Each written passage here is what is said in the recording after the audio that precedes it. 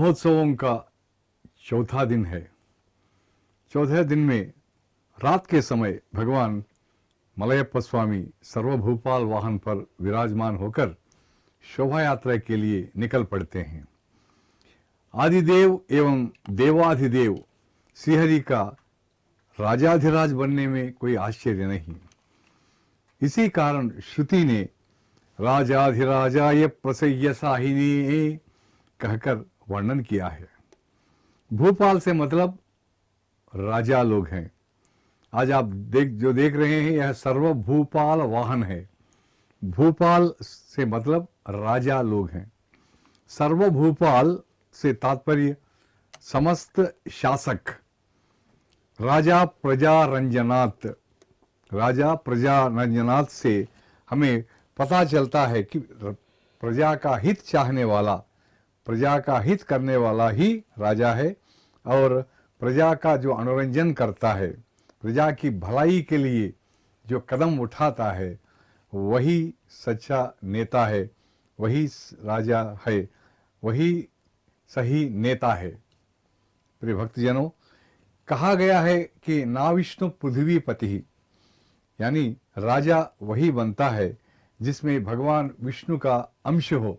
अतः समस्त राजा महाराजाओं में या नेताओं में थोड़ा बहुत ईश्वर का अंश रहता ही है। यदि वे अंश हो तो स्वामी यानी भगवान अंशी है, अंशी है।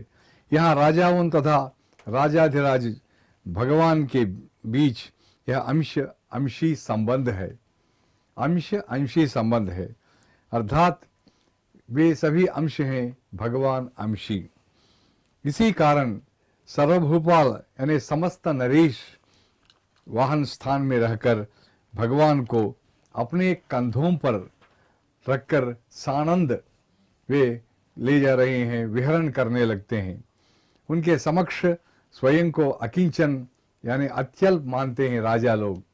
वे भले ही राजा हो या महाराजा हो, भगवान के समक्ष, बालाजी भगवान के समक्ष वे अपने आप को बहुत छोटा मानते हैं। और यहाँ जो आप देख रहे हैं ब्रह्मोत्सव में अनेक प्रकार के लोग आते हैं और इनमें कोई उच्च अधिकारी है, कोई और बड़ा अधिकारी है, नेता है, और यहाँ तक कि अध्यक्ष भी आते हैं और नौकर भी आते हैं, साधारण व्यक्ति भी आता है, लेकिन सभी भगवान के समक्ष समान हैं। उनकी दृष्टि में हर प्राणी एक ही है। भक्ति में कोई भेदभाव नहीं रहता। इन सर्वभूपालकों में, राजा और सभी राजा लोगों में दिक्पालक यानी दिशाओं पर शासन करने वाले भी सम्मिलित हैं। वे भी इनमें हैं। दिक्पालकों द्वारा भगवान की सेवाएं की जाने का विषय अनेक संदर्भों में सांप्रदायिक पद्धति में प्रस्तावित यानी उल्लेखित किया गया है।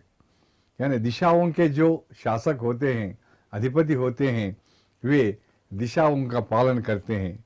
जैसे पूर्वी दिशा का सुरराज देवेंद्र, आग्नेय का अग्नि, दक्षिण का यमराज, नैऋति का निर्ऋति, पश्चिम का वरुण और वायव्य का वायुदेव, उत्तर दिशा का कुबेर एवं ईशान का परमेश्वर, ये शासक हैं। इन सभी देवी देवताएं प्राणी कोटि पर अपनी कृपा दृष्टि रखते हैं और सभी दिशाओं का पालन करते हैं। इनको अष्टदिक्पालक यानी 8 नरेश कहा जाता है। ये 8 जो होते हैं दिक्पालक, ये भी वंदनीय है। वेंकटेश्वर सुप्रभातम में कहा गया है, सेवा पराशिव सुरेश कृशानुधर्म रक्षोम्बुनाथ पवमान धनाधिनाथा श्रद्धांजलि प्रविल सन्निज शीर्ष देशा, बद्धांजलि प्रविल सन्निज शीर्ष देशा, श्री वेंकटाचलपते तव सुप्रभातम कहा गया है। महान भक्त कवि प्रातस्मरणीय एवं श्री वेंकटेश्वर सुप्रभात के कवि श्री अण्णन स्वामी ने बताया था, ये सभी दिक्पालक बड़े सवेरे उठकर और यहाँ आकर स्वामी बालाजी को जगाते हैं एवं विविध प्रकार की सेवाएं भी समर्पित करते हैं। ये दिशा के शासक, दिशाओं के शासक मेरे भक्तजनों, समस्त नरेश जो है अधिकार युक्त हैं, उनके पास अधिकार रहता है और फिर भी उनके पास अनेक संपत्तियां तो रहती हैं, फिर भी भगवान के समक्ष अपने आप को वे अकिंचन मानते हैं। यदि उनकी संपत्ति को उनका दुरुपयोग न हो या एवं उनका सदुपयोग ही होना हो तो उनको भगवान के सेवक बनने चाहिए। जब वे भगवान के सेवक बनते हैं तो वे अपने पास जो संपत्ति है, जो अधिकार है, वे उनका दुरुपयोग नहीं करते। वे उसका ट्रस्टी, मतलब केवल स्वयं को न्यासी मानते हैं, ट्रस्टी मानते हैं और शासन करते हैं। अपने आप को प्रजा का सेवक मानते हैं। कौन मानते हैं? जो अपने आप को भगवान का सेवक समझते हैं।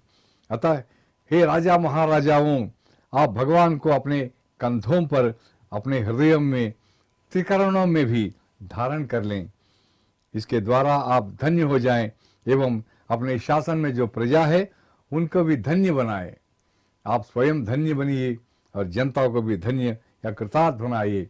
इस प्रकार का दिव्य व भव्य संदेश आप इस सर्वभूपाल वाहन सेवा से ग्रहण कर सकते हैं।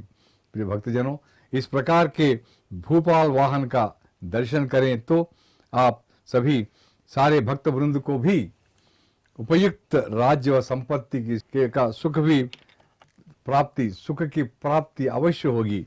वे भी संपत्ति से लाभान्वित हो जाते हैं, उनकी व्यथा दूर हो जाती है। जब राजा महाराजा ही स्वयं वाहन ढो रहे हैं, सर्वभूपाल वाहन मतलब वे सभी राजा महाराजा जब वाहन ढो रहे हैं तो साधारण भक्तों द्वारा वाहन ढोने में क्या आश्चर्य है। मैंने जो कहा है त्रिकरण, त्रिकरण मतलब मन, वाणी एवं कर्म।